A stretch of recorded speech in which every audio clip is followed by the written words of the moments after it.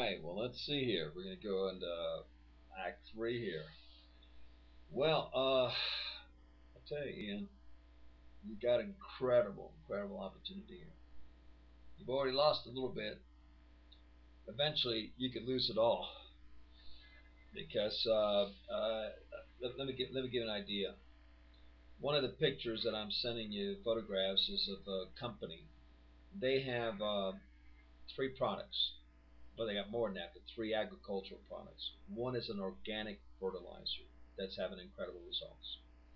Not as good as ours, but they are having results. Another one is an amino acids liquid product, liquid just like the fertilizer and organic for agriculture. Let me tell you, they're going to handle our product. They've already got hundreds of clients they're going to take our product to. Right now, we went ahead and gave them to be able to test on tomato plants, and when they see what our product's going to do, it's going to blow them away. So, Ian, if you're hesitating on this because you think there's going to be another broken promise, well, let me tell you something. You know, those promises might have happened in the past had I had a wife that supported me. Do you know that in all the years that I was married to your mother, all she ever did was talk negative about me and what I was doing, things like that. She couldn't support me. She couldn't say nice things. Now she's gonna say, "Oh yeah, I did. Yeah, I did. I said nice things." No, you see, you can't say something nice to someone one day and then the next day contradict it with negative feedback. Okay, it totally invalidates. And you know what most people tend to remember, and I'm no different. That we remember the negative of what people speak over us instead of the positive. Because see, the negative will kill the positive. Okay, and when I would talk to your mother about it, all she could say was, "Well, I didn't grow up that way. We didn't grow up that way. We didn't grow up saying thank you. We didn't grow up all this." Oh gosh. When I think of 14 years of a nightmare that I had, unbelievable. Here, let me tell you something. I'm sending you photographs also of friends. I don't have a girlfriend here. I'm not interested. Well, I shouldn't say I'm not interested. Let's put it this way. If it happens, it happens. Will I end up getting remarried? Oh yeah, there's no question about that. But you know the sad part about it, and really the really sad part about it is that, in a sense, is that the next woman that I marry, which will be my last one, because when I married your mother, I didn't plan on divorcing, and I fought the divorce left and right to stop it. That is truth. Your mother did every abomination in order to get the divorce, which is totally not backed by scripture, and which she will be answerable, just like her father and like her mother and every other person that interfered in our marriage is going to answer to Yeshua. Ask ask your uncle Ricardo Busquets whether or not what I speak is truth. You know, Ricardo excommunicated from your grandparents for about 4 or 5 years because he saw, excuse the wording, but the shit that they were trying to do in destroying his marriage. That's a fact. That's a fact. They were trying to destroy his marriage just like they tried to destroy Gongi's marriage with Suzanne. That's also a fact. But see, the difference between Gongi and Ricardo and your mother is that they cut the relationship off. Your mother could never let go of her father. Had to stand by her man all the way through the marriage. 100%. She stood by her man. Didn't stand by me, her husband, under any circumstances. That's a fact. That's a truth. Okay, real weird, don't you think? Really weird relationship. Anyway, so again, we go back. First thing, you got to commit the act. Second thing, you got to recognize you committed the sin. Third thing, you got to be sorry, really, truly sorry about what you did. Fourth thing is you got to say you're sorry. And, you got to say sorry to the person that you did all the crap to. If you stole something from someone, you got to apologize, etc. If you done crap, you got to apologize. And then fifth, if the damage is restorable, and then you have to make it right. So you steal somebody's car and you wreck it and all that, then you got to make it right. Okay, and what your mother did, she has to make it right before she takes her last breath. All right, if she doesn't, she's got a problem. And the problem is that Scripture says she's bound for hell. It's that simple. Okay. This is your grandparents. Oh, he's judging. He's judging. He's judging. Oh crap! I tell you, these phony, hypocritical Christians, and there's plenty of them like your grandparents and like your mother. Is the problem with them is this: they don't read the Word. If you read the Word, you'll find out that the early church judged.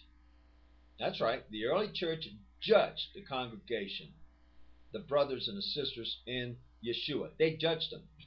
Okay?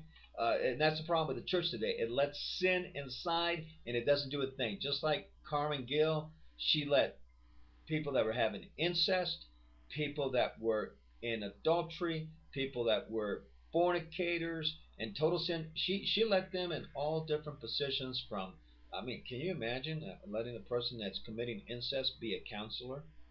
Uh, duh. Wow. Okay. Anyway, so you have to restore, and the fifth thing is after saying, "Hey, I'm sorry," you got to restore the person, and this is the problem that your mother has being a Busquets, along with her parents, and that is there's so much pride and so much arrogance there they won't do it. They'll go to hell shaking their fist at Yeshua, saying, "I'm right," and that's all right. That's what hell's for. Okay. So see, your mother has a problem. It's a spiritual problem, besides other problems she's got. Okay, end of story. All right. So now you got a problem, Ian, and let me explain to you what the problem is. The problem is this: you've gotten a lot of the videotapes. I'm not finished with them in relation to the marriage with your mother and me, and in which I spoke of all the different problems, etc., and a lot of stuff in the courtroom, and I'm really going to have to read them over again, listen to them again, because I'm not finished. See, the problem you got is this: you got to make a decision. And that decision is, are you going to get these videotapes to your brothers and your sister for them to know the truth? Or are you going to hide it? That's a problem you got. That's a problem that Ricardo Busquets has. And since he gets a copy of this, he listened to this. That's a problem he's got. Because if he does not do anything, just like you don't do anything, to get this to my children so they learn the truth, then you know what that makes you?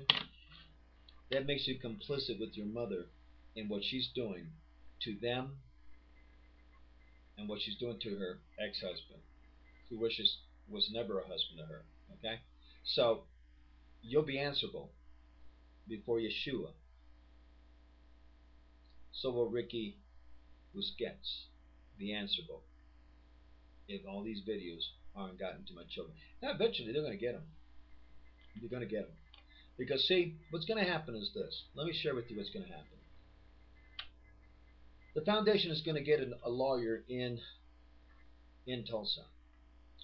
That lawyer, as Katya turns 18, assuming I haven't talked to her by then and all that, well, that lawyer is going to contact Katya when she's 18 with a certain amount of money for all the child support to make sure it goes to her. It doesn't go to your mother. It's for Katya to spend on herself for whatever she wants. But that lawyer is going to bring her to his or her office, and in order for Katya to get the funds, she's going to have to sit and listen to these videos, every single one of them. She's going to learn the truth. She doesn't want to do it? Yeah, that's fine. No problem. The funds aren't released. It's that simple. The funds are not released. They will sit in limbo till hell freezes over. Not that it can. It's that simple. Same thing for Isaac. Same thing for Christian. By that time, from the child support, which the foundation is going to double, because I've asked them if they would, and they said they would. The child support, well, it's really not that much because it's $478 approximately per month. So you go back to the time period it was September, more or less, of no, January, somewhere around February or March of 2006, all the way till when Katya turns 18. But it's $478 divided by 3. So Katya's getting approximately $175. Plus, we're going to double it to about $350 more or less. And then we look at all the months, and that's what she's going to get in relation to child support. There's a lot more available for her, but that's what she's going to get in relation to the child support. Okay, I'm going to continue on this right now, but anyway, this is going